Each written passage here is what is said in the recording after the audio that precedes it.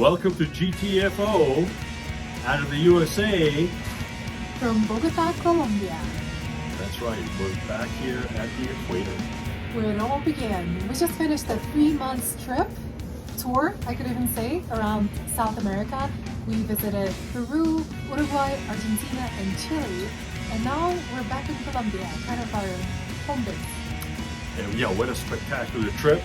But what we found out, what was really surprising that after visiting all those countries was Chile. Chile was sort of an unexpected stop on our journey. We spent about 3 weeks here in total, starting in the Los Lagos region, where we visited Puerto Montt and Puerto Varas. And we wish we had spent more time here because this area is incredibly beautiful.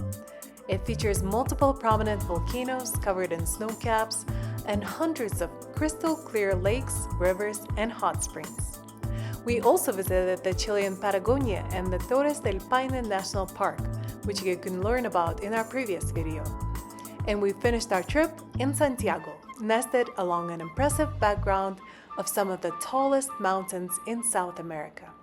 Yeah, the country that surprised us the most, the things we were not expecting from Chile, we didn't really have a lot of expectations to start with.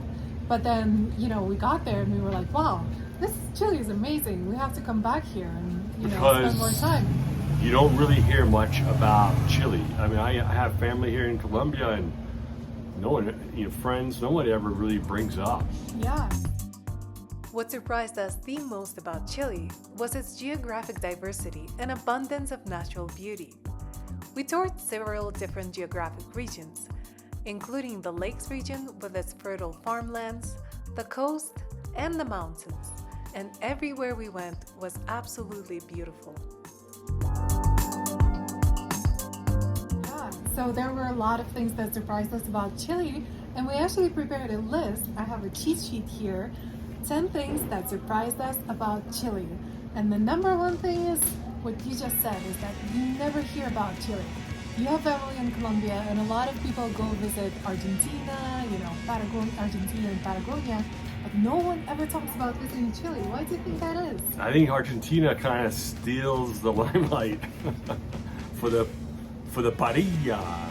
Parilla, the wines, and they have a lot of national pride that they're not ashamed to say, like, Argentina is the best, come to Argentina, we have Patagonia, we have all this cool stuff. They're kind of known for that, yeah. Yeah, but Chile has it has Patagonia, it has a lot of things to offer in terms of nature and culture, and surprisingly, it was even cheaper than Argentina. But let's kind of stick to our list and talk about the things in order. Number 2 thing that surprised us about Chile was the abundance of national parks. Yeah, I was totally caught off guard myself. Did not realize how much accessibility and just inspirational, just dramatic nature. Yeah, you've probably heard of Torres del Paine, and we went to Torres del Paine, and I'm actually going to bring up a couple of points that surprised me about Torres del Paine specifically. But besides that, Chile has 42 national parks, and they're all incredible, from like deserts to volcanoes to waterfalls, lakes, amazing natural beauty, like the oldest trees in the world, some of the oldest trees in the world grow in Chile.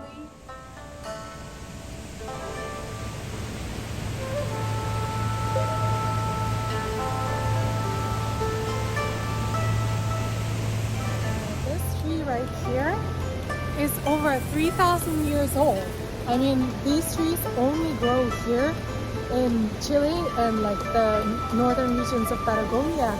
And they're so special because not only because they live so long, but also because they basically have almost no living relatives. So the closest living relative is in Australia and New Zealand, but nowhere else in South America or North America. It's pretty cool. Very cool. And that's the thing we didn't really know about Chile, is all these amazing national parks.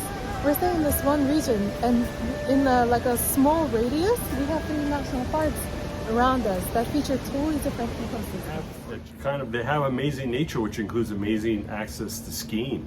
Yeah. And outdoor adventure, from kayaking to whitewater rafting.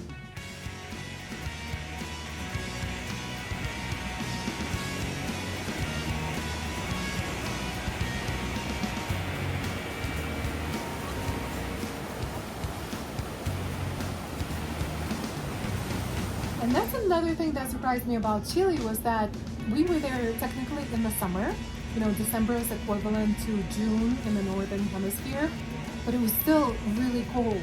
And I read a little bit about it because in terms of latitude, you know, where we were, it's between 40 and 50 degrees latitude.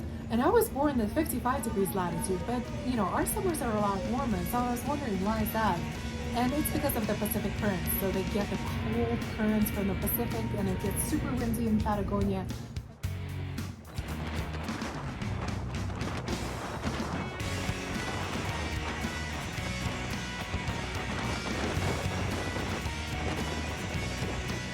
But yeah, even in the summer, I don't think it ever gets hot.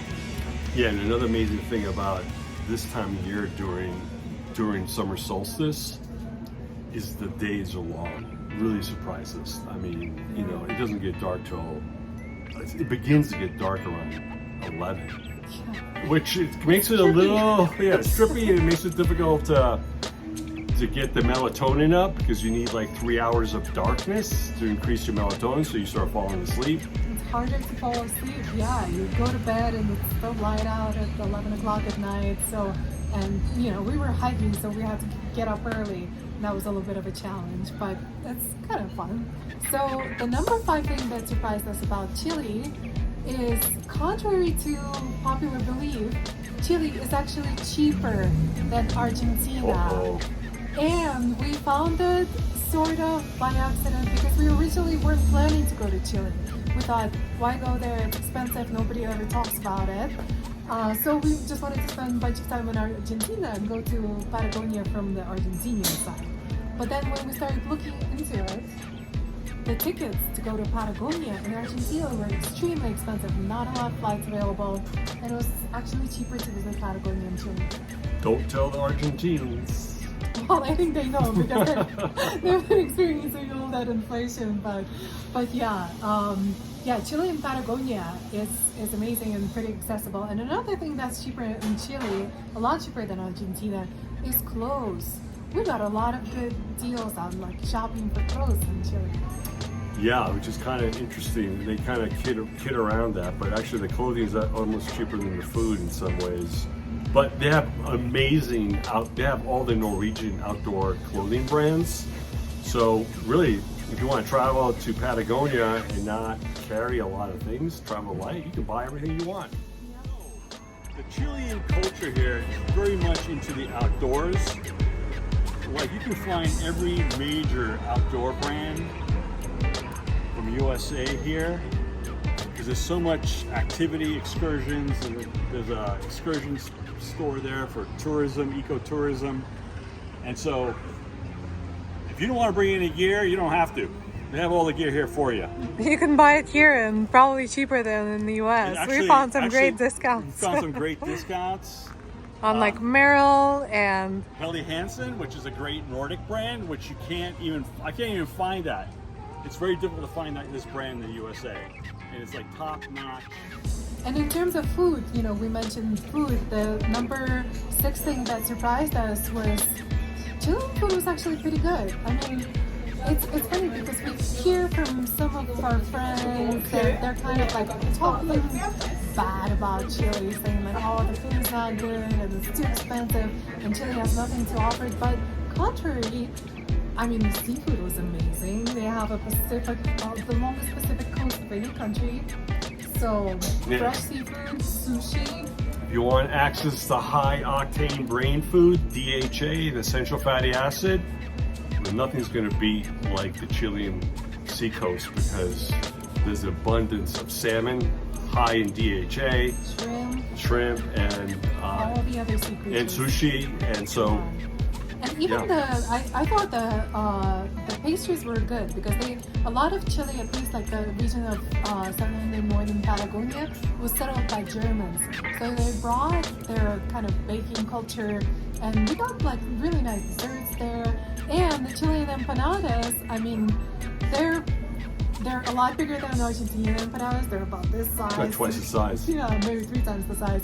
but they're pretty Hence good. Patagonia. I like it. They put a little bit, yeah, everything's bigger. Everything's big in Patagonia, giant size. But they put like olives in there and everything.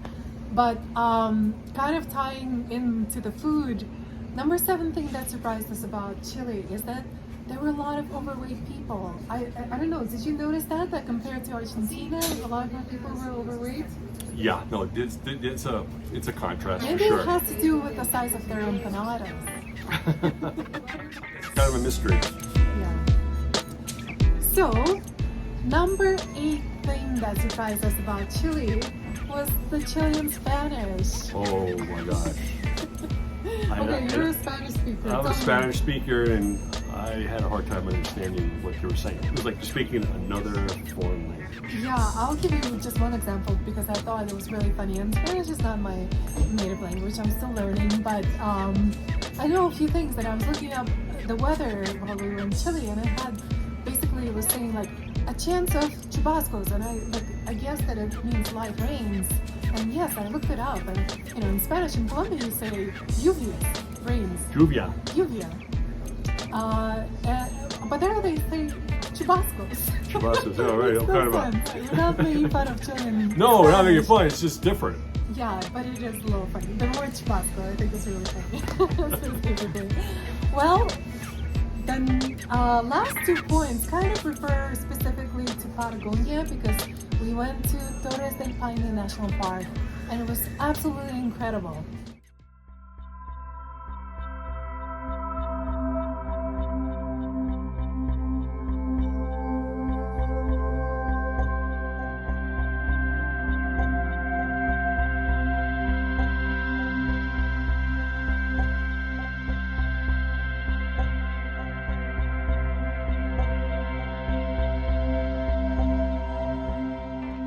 The highlight of our trip, wouldn't you agree? Yeah, totally. If you love adventure and you're inspired by beauty and challenge, it's definitely worth And it.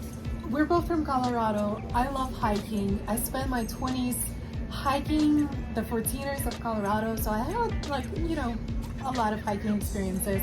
And when I was looking up hikes in Torres del Paine, and what I heard from some of my friends is that Patagonia is rugged and it's really hard. It's like a totally different hiking experience. You have to be a professional.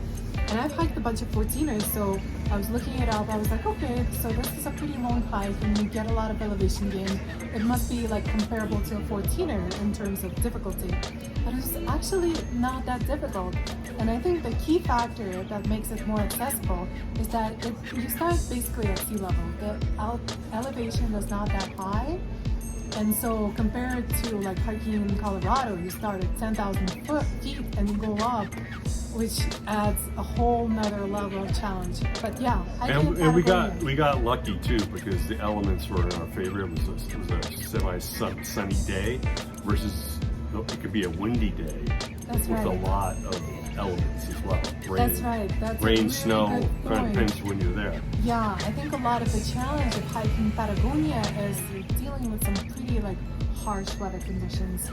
It could be, you could have 80, 100 mile an hour winds up there, and it's Nature can be blown out ruthless. the mountain. Yeah, yeah. Mirador Cuernos. Cuernos means horns, and this is actually the back side of the Mirador Torres del Paine. So you're seeing the same view, but from the back, totally different perspective, and with this amazing lake as a backdrop. And where are the winds right now? Well, the winds up here, the wind speeds can reach up to 120 kilometers an hour. So I think considering that we're here on a fair weather day. Last thing that I wanted to really mention is that Chile seems to have a pretty big outdoor culture, and for good reason. They have an abundance of natural parks, amazing natural beauty, and people are into outdoors. We noticed a lot of outdoor brands that have a big presence there. Camping, they have camping sites, Everywhere. cabins. Yeah, so it's Yeah. They have a lot of ecotourism just for the local Chilean. I kind of want to bring it back to this point that Chile is a hidden gem in many ways.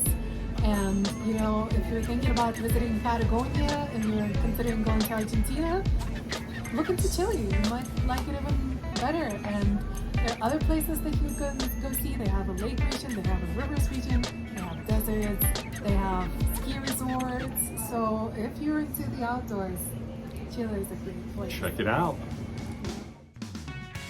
We had an amazing time in Chile, and we would love to come back here and explore more of this diverse and beautiful country.